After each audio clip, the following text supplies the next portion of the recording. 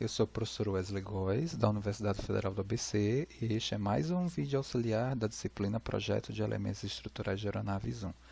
Este é mais um vídeo, né, que a gente trata sobre o tópico de cargas, e no vídeo anterior lembro que a gente fez, né, uma apresentação da definição do que seria fator de carga, né, fator de carga de manobra, né, entendendo-se que, né, manobras e rajadas vão excitar fator de carga. E agora chegou o momento da gente fazer o resumo, de fazer uma apresentação, né, justamente sobre o tópico fator de carga de rajada, ou seja, como uma rajada, né, atuando no andar da aeronave, ele me modifica essa condição aqui, por exemplo, né, do ângulo de ataque inicial e, consequentemente, né, o que é que isso me provoca em relação a fator de carga, né? Então, as rajadas reais geralmente não são rajadas de contorno vivo, né? Como mostrado aqui idealizado, né? Porém, podem ser tratadas como rajadas equivalentes de contorno vivo, né?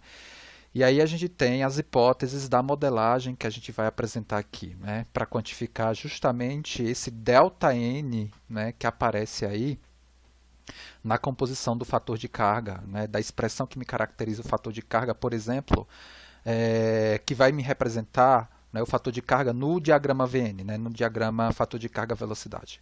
A trajetória do avião continua horizontal durante o intervalo necessário para o aumento de sustentação devido à rajada.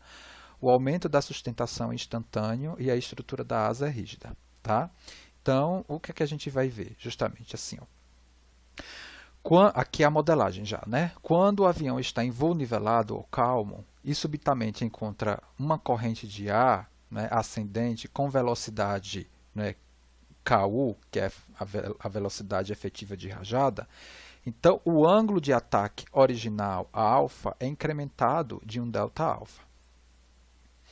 Com ΔA muito pequeno, né, na verdade, a gente confunde, né, desse gráfico daqui, né, a gente consegue, né, definir essa expressão. Né? A tangente, o ângulo é muito pequeno, então a tangente se confunde com o próprio ângulo, e esse incremento aqui vai ser dado justamente pela razão entre a velocidade de rajada e o vento relativo. Tá? Perfeito. Então, dessa relação, a gente consegue enxergar essa alteração no coeficiente da força normal do avião, Cz, né, devido ao ΔA obtida pela curva ao lado. Né, isso daqui, gente, né, é a aerodinâmica. Né? Isso daqui, né, a curva, né, Cz, né, por ângulo de ataque, né, por alfa. Então, a gente consegue, né, definir essa inclinação, né, da curva de coeficiente de sustentação em função, né, do ângulo de ataque. Então, a questão agora que se coloca é como se determinar esse ΔN, né, esse incremento de fator de carga. Segue o desenvolvimento. Então, da aerodinâmica, a gente tem justamente essa relação aqui, né, que o coeficiente de força normal, né, do avião, ele pode ser calculado a partir dessa expressão, né, e do que a gente já até apresentou em vídeos anteriores, do que vocês viram na aerodinâmica, né, a gente consegue relacionar essa pressão a partir da densidade, da velocidade e da área, né, da área de asa. Né. Essa relação aqui, né, ela é igual ao fator de carga vezes o peso, né, porque a gente sabe da definição de fator de carga, justamente, né, a força numa dada direção, né, vertical, por exemplo, menos o peso sobre o peso, e com isso a gente consegue relacionar o fator de carga com parâmetros aerodinâmicos. E a gente tem, a partir dessa relação, tá, essa conclusão aqui, né? Quanto maior a velocidade indicada, maior o fator de carga. Quanto maior a carga lá, né, no caso, menor o fator de carga. Então, se n vale isso, o ΔN também pode ser explicitado a partir da mesma relação, pegando-se as grandezas agora, né, com a apresentação incremental, né, do delta. Dessa passagem para essa passagem, a gente pega aquela informação aqui, tá, do slide anterior, que vem dessa condição justamente do vento da rajada agindo, né, no avião. Então, a gente consegue essa relação, e aí a gente já tem justamente o elemento ΔN, né, que precisa ser caracterizado agora para se estabelecer a influência da rajada na composição do fator de carga, né? Sendo que o ΔN, né, é a razão entre todas essas variações de força na direção, né, Fz do avião menos o peso sobre o peso. Isso daqui é a definição de fator de carga. Perfeito. Aqui ele só faz a formalização, né, das variáveis que envolvem aqui essa expressão, tá, que foi determinada aqui anteriormente, né? Então, eu tenho a densidade do ar no nível do mar, né? Inclinação da curva do coeficiente de sustentação em função do alfa, como a gente já mostrou lá no início desse vídeo, a velocidade efetiva de rajada, a área da asa, a velocidade indicada, o peso bruto e a carga lá. Veja que ele me dá expressões tanto no sistema internacional como no sistema americano, porque a gente tem que tomar muito cuidado que a base de certificação FAA, a gente vai estar toda nessas unidades aqui. Né? Já a europeia, salvo engano, né, a gente vai estar no sistema internacional. Para um avião em voo nivelado, né, fator de carga é igual a 1, né, mais ou menos a contribuição da rajada, ou seja, é 1 mais ou menos, né, a expressão que a gente, né, acabou de encontrar. E aqui ele faz essa transformação, né, do sistema inglês para o sistema internacional de unidades, tá? Vamos lá fazer algumas observações sobre esse fator de carga de rajada, né? A velocidade efetiva de rajada é a velocidade teórica de uma rajada instantânea que fornece o mesmo fator de carga de uma rajada real. A uma distância finita que o ar acelera de zero até uma velocidade máxima de rajada, assim, há um ΔT pequeno para o avião entrar nesta zona de transição de velocidades. Como determinar, né, a velocidade efetiva de rajada? Por meio de acelerômetros colocados em aviões que voam em ar turbulento.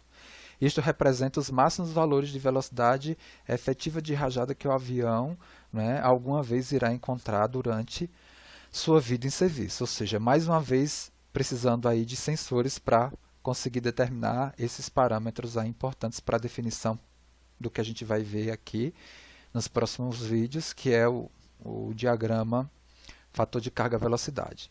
Importante, aviões com grandes cargas de asas são mais rápidos e passam pela zona de transição num período de tempo mais curto, necessitando assim ser projetado para valores mais elevados de K.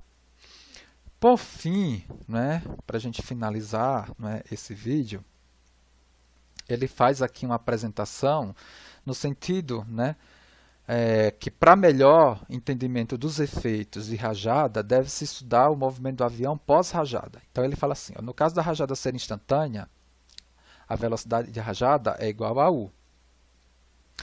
Não é? O K é 1, então KU vira U. Dessa forma, o avião adquire uma aceleração vertical inicial a zero e possui uma velocidade vertical VI, em função do tempo tense. Então, ele tem essa situação. Para um tempo inicial, né, zero, o ângulo de ataque devido à rajada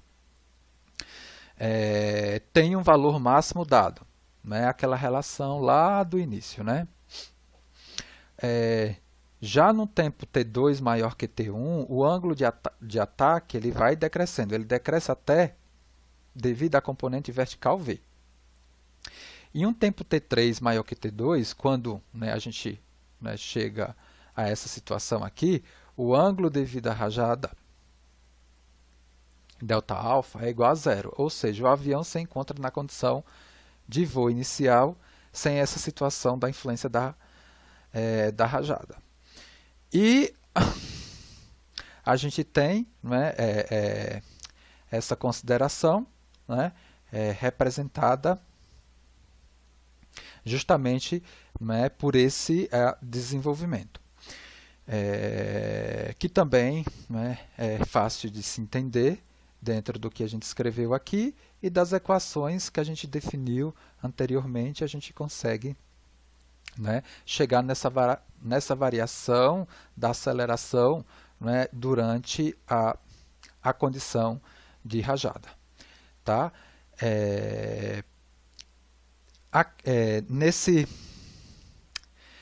Nessa lâmina a gente faz, na verdade, uma finalização na apresentação do conceito de fator de carga, recuperando até aqueles conceitos, esses conceitos que a gente já definiu, né, várias vezes, né? Por exemplo,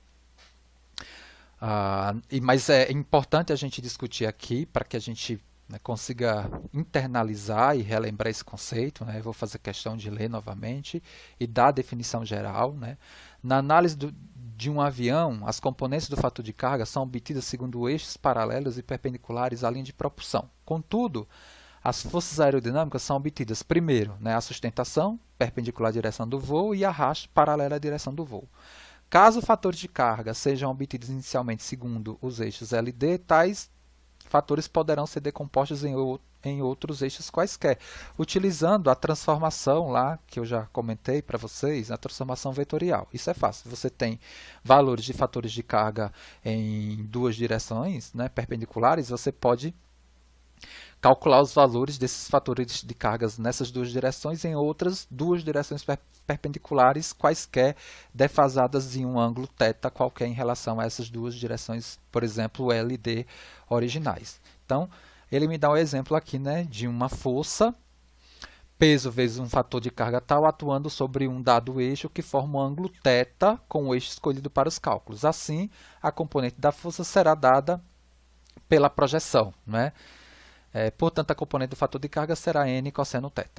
Então, mais uma vez, a gente reforça aqui que o fator de carga n, segundo um dado eixo I, é tal que o produto do fator de carga pelo peso de um elemento é igual à soma das componentes, né, de peso e de forças de inércia segundo o mesmo eixo I. Né? Ou seja, de novo, a definição, né? O peso e forças de inércia estão sempre em equilíbrio com as forças externas atuando no avião. E a soma das componentes do peso e forças de inércia segundo qualquer eixo tende a ser igual e oposta à soma das componentes das forças externas.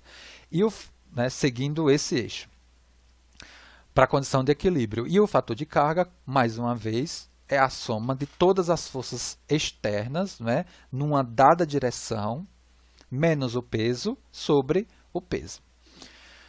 Para a gente finalizar esse vídeo, a gente chega justamente nesse P5 aqui, que é o equilíbrio, né, das cargas aerodinâmicas com as forças de inércia, mais as forças de campo, que são as forças gravitacionais, né, me dando aqui, não é, zero, né, o equilíbrio dinâmico que a gente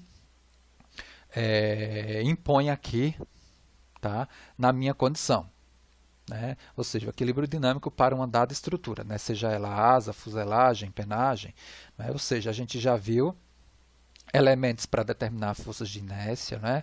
Os elementos aqui necessários para se determinar, né, as cargas externas, né, dentro daquela lógica do diagrama de corpo livre.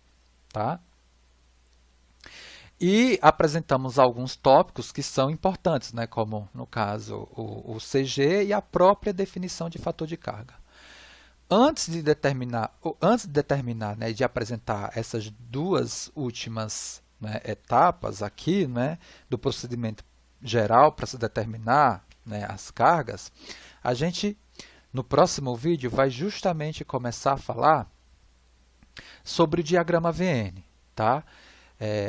Que é um elemento lá da base de certificação e é algo interessante para que a gente possa iniciar esse processo de entendimento de como traduzir, não é, desse diagrama, né, VN, casos de carregamento que são desenvolvidos pelas fabricantes, né, no sentido do processo de projeto, né? De verificar se esse caso é crítico ou não. A gente volta justamente no próximo vídeo a partir dessa lâmina aqui para discutir o início dessa apresentação sobre o diagrama VN. Tá? Então, até o próximo vídeo.